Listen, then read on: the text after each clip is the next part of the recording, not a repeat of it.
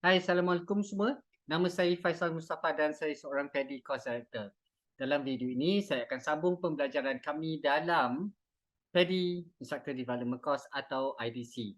Dan dalam siri ini, saya akan membincangkan Knowledge Development Workshop. Tonton video ini sampai habis. Jangan lupa untuk subscribe, tekan like dan share kepada teman-teman anda. Jangan lupa tekan loceng. Sekiranya anda berminat dengan PADI IDC, anda boleh tinggalkan di bahagian komen.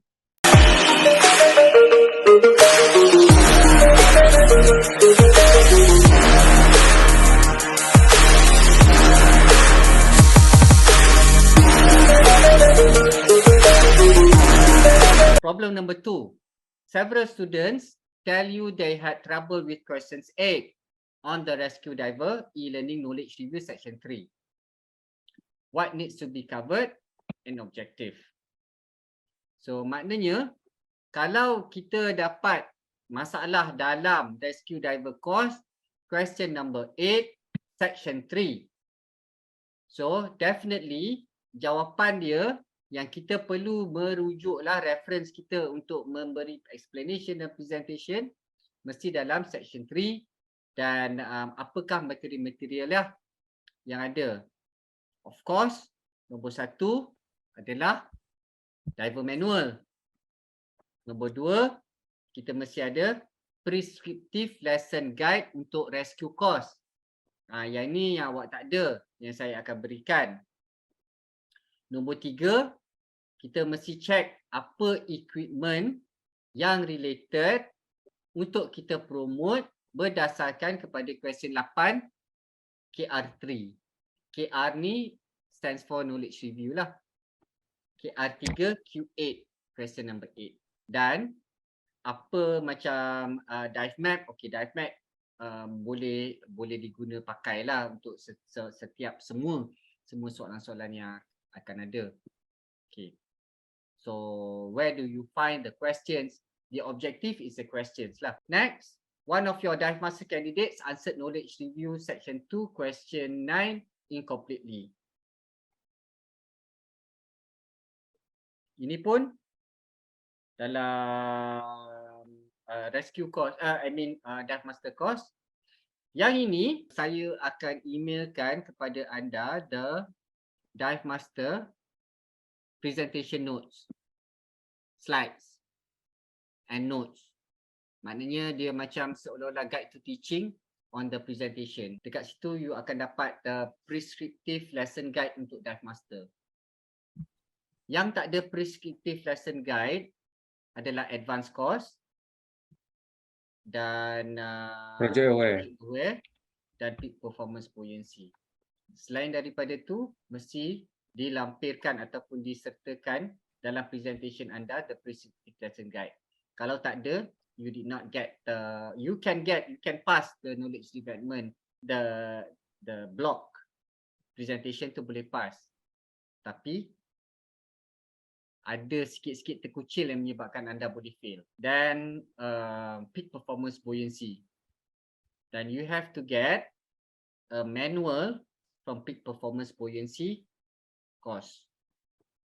Kalau sekiranya anda ni lah, because once you are certified as an OWSI, you are automatically a peak performance buoyancy specialty instructor. Deep adventure dive adalah advanced course. Lesson plan, kalau kita tengok dekat IDC Crew Pack e-learning, dia ada lesson plan yang telah disediakan lah. Tapi it's a bit confusing because you might miss a point dalam evaluation kalau kita menggunakan lesson plan tersebut. So I would highly recommend for you to use the script yang saya bincangkan tadi. So I will also hantar dalam WhatsApp the soft copy of the draft ataupun form untuk you practice, and also assignment for you to present. So anda akan diberikan 4 assignment for you to practice, present with your fellow friends, candidates. Lepas tu, 2 of the score mesti dapat 3.4 ataupun atas. Baru anda layak untuk pergi kepada IE, or else it's not that you are fail, but you need to practice until you meet the minimum standard, which is 3.4. Let me show you the sample. Hey guys, welcome to the classroom portion for your knowledge reviews. Today we're going to be going over the section 1 knowledge review. Some of you had questions about questions 6 and 7, so we're going to be going over those. If you have any questions along the way, feel free to let me know, okay? Before we get into it, let's just imagine that we're standing on the corner of a busy intersection. There's cars and lorries zipping by. There's people, pedestrians running up and down. We need to cross and get to the other side. Is the easiest way just to run across the street and hope for the best? No. Probably not, right? What do you think? You should look both ways first. Very simple, right? You should look both ways before crossing the street. And if we don't do that, we don't look both ways, we just run across, what do you think could happen, Sarah? You get hit by a car. Very simple again. You could get hit by a car if you don't look both ways before crossing the street. But, you know, we cross streets all the time, and we don't get hit because we follow the simple rules. Just look both ways. The same is true for what we're about to discuss, a simple and very important rule that allows us to avoid severe injuries. We always follow this rule while scuba diving, both in the pool tonight and also next weekend when we go to Sholto Shores. This rule holds true. When we're done here, you should be able to state that most important rule back to me, and you should also be able to state what could happen if you do not follow the most important rule in scuba diving, okay? If you guys have any questions about this stuff, just let me know. Right now, we're going to go ahead and watch the video for this question.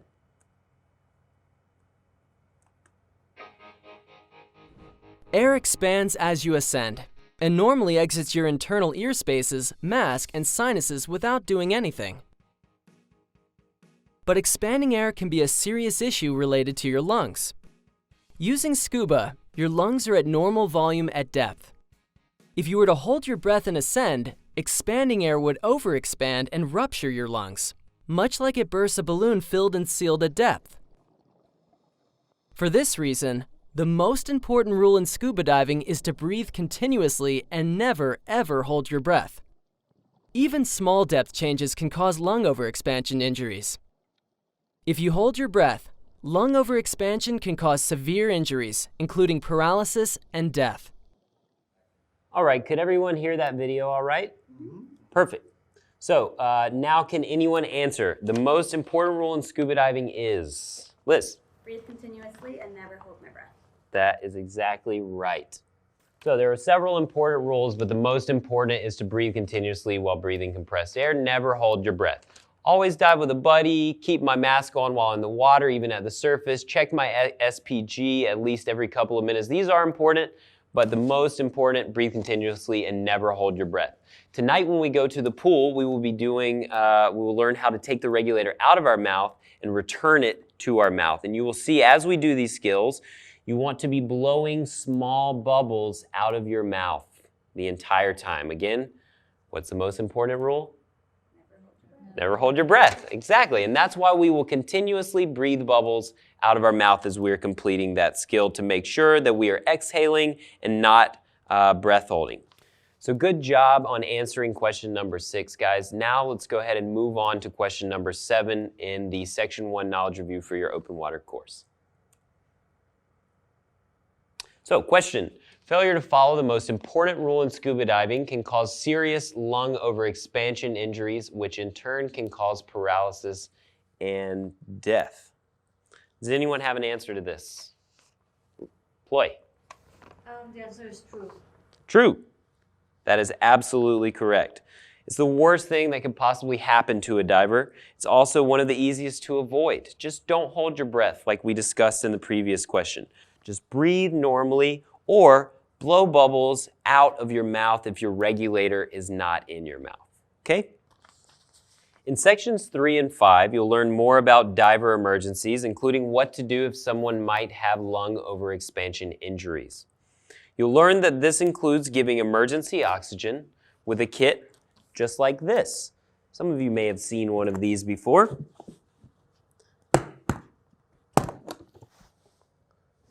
Ooh, right?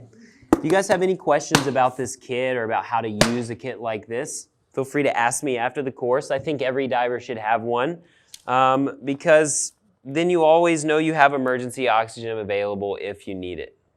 As well, when you take the PADI Rescue Diver course, here's a little snippet from the course. We will simulate emergencies that let you practice using emergency oxygen. Okay? So if you have any questions about that, feel free just to ask me after. So let's just go through again what we discussed. First, we talked about question number 6 here. So let's see if we can do this all together, all right? I have faith in you guys. So what is the most important rule in scuba diving? Breathe continuously and never hold your breath. Perfect. Good job. And question number 7, which covers the other half of this. So failure to follow the most important rule in scuba diving can lead to what? Serious loss or expensive injuries. Perfect. You guys are awesome. Yes, and that could cause paralysis or even death, which is why this is so important to know. We always follow it, whether we're in the pool, in shallow water, or whether we're at Sholto Shores next weekend in the deeper water. So the last question I have for you guys before we get out and get into the pool, I'm sure you guys are ready for that. Which course gives you more practice using the emergency oxygen? The rescue diver course? Exactly, the rescue diver course. If you guys have any questions about the following levels after Open Water Diver Advanced, all the way to Rescue, and even on to Dive Master, feel free to let me know and we can discuss it afterwards. If you guys are ready, let's head on over to the pool.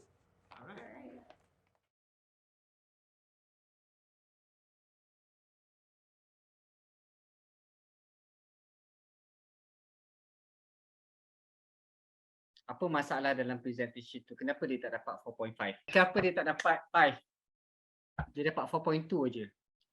Kalau berdasarkan, okay, let me share you again the evaluation Okay, kita kecilkan ni lah supaya kita nampak secara keseluruhan. Macam mana nak kecilkan dekat mana yang dia miss ataupun yang dia tak dapat markah 5. Dia tak ada dive map. Yes, maknanya dia tidak ada digital tool dekat sini yang dekat yang inilah Dan diving aid. tak apa lagi. Ini the local environment related to topic. Where, when, the local environment related to topic ni dia tak ada. Other than that, just listen. Dia punya promote of continue education dekat body dia ada cakap dia sedang mengajar open water course, tetapi dia mempromotkan rescue diver course. Dan rescue diver course yang dia promote tu tidak ada related sequence kepada subjek ataupun topik yang dia sedang bincangkan, which is Hold your breath. don't hold your breath. Dia tak ada contact. Ya, contact ada tadi. Contact ada. ada? Ada. Tak ada. Ada. Introduction dia ada. Introduction dia banyak kali. The sequence that are among other points lah. On dive equipment tadi apa yang dia promote? Oxygen, emergency oxygen. O2. O2. So adakah O2 tu related kepada don't ever hold your breath? O2 ada related kepada decompression kan?